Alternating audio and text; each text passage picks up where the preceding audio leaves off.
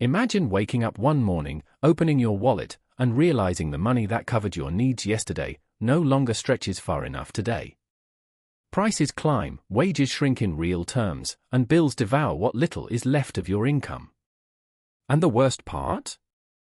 The forecasts are clear. The next 5 years are set to deliver the sharpest collapse in living standards since the early 1960s. This isn't some exaggerated prophecy.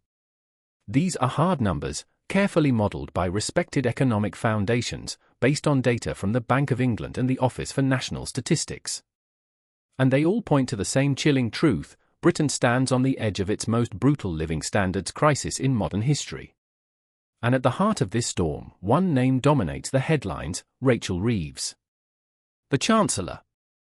The woman who promised to steady Britain's economy. But the facts, the studies, and the warnings from experts tell a darker story, one that forces us to ask: is Reeves leading Britain to safety, or dragging the nation into an even deeper abyss?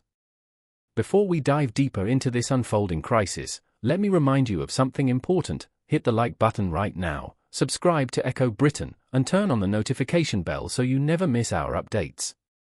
And leave a comment below: do you think Rachel Reeves' policies will save Britain's economy, or make it worse? We'll feature the best comments in the next video, so don't miss your chance to have your voice heard. The bombshell report came from the Joseph Rowntree Foundation, a leading voice against poverty in the UK. According to their latest analysis, by September 2029, the average British household will have £550 less disposable income each year compared to September 2024. But this is just the beginning. The numbers show that the decade from 2019 to 2029 could mark the worst fall in living standards since detailed records began in 1961. Low-income households are set to lose £1,110 per year. Middle-income families, £380 per year. Even high-income households, nearly £970 per year gone. But the real devastation lies with families with children. Couples with children, £1,580 less per year. Lone parents, £1,510 less per year.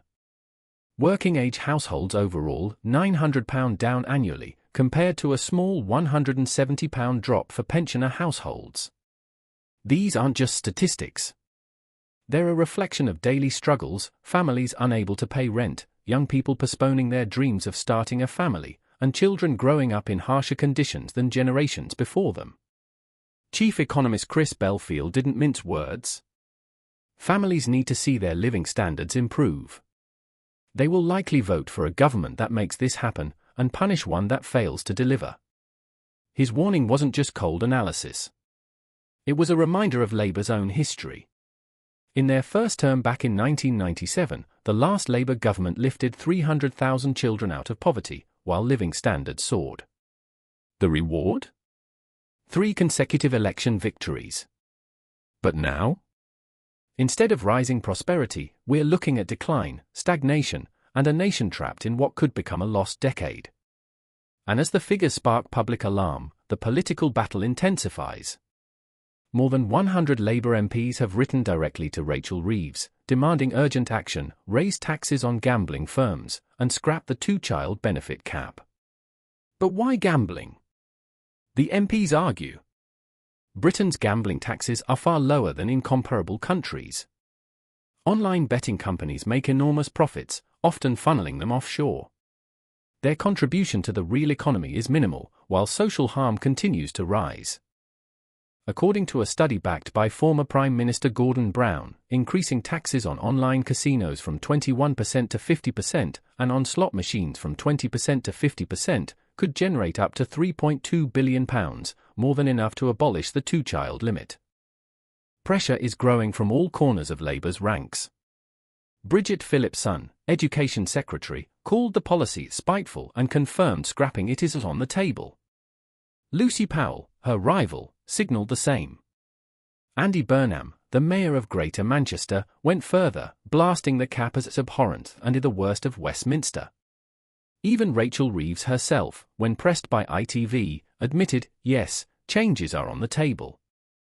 But was this a genuine step towards reform, or just political theatre to quiet her critics?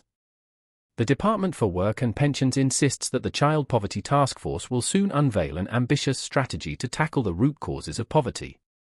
Yet the details remain hidden and decisions are endlessly delayed. Meanwhile, families wait. Children grow up. And the gap between political promises and lived reality only widens. So here we are, staring at a divided picture. A collapsing economy, with damning forecasts for every household. A government promising action, but delivering little. And a ruling party locked in bitter disputes over one of the most controversial welfare policies of modern times. Can Rachel Reeves still turn the tide, rewriting her legacy as the Chancellor who saved millions of families from poverty? Or will history remember her as the minister who presided over Britain's worst collapse in living standards in more than 6 decades? Only time will tell. But the question remains. Do the British people still trust Rachel Reeves to be the solution, or is she already part of the problem? Share your thoughts in the comments, and don't forget to subscribe to Echo Britain, because the next chapter in this story will be even more explosive.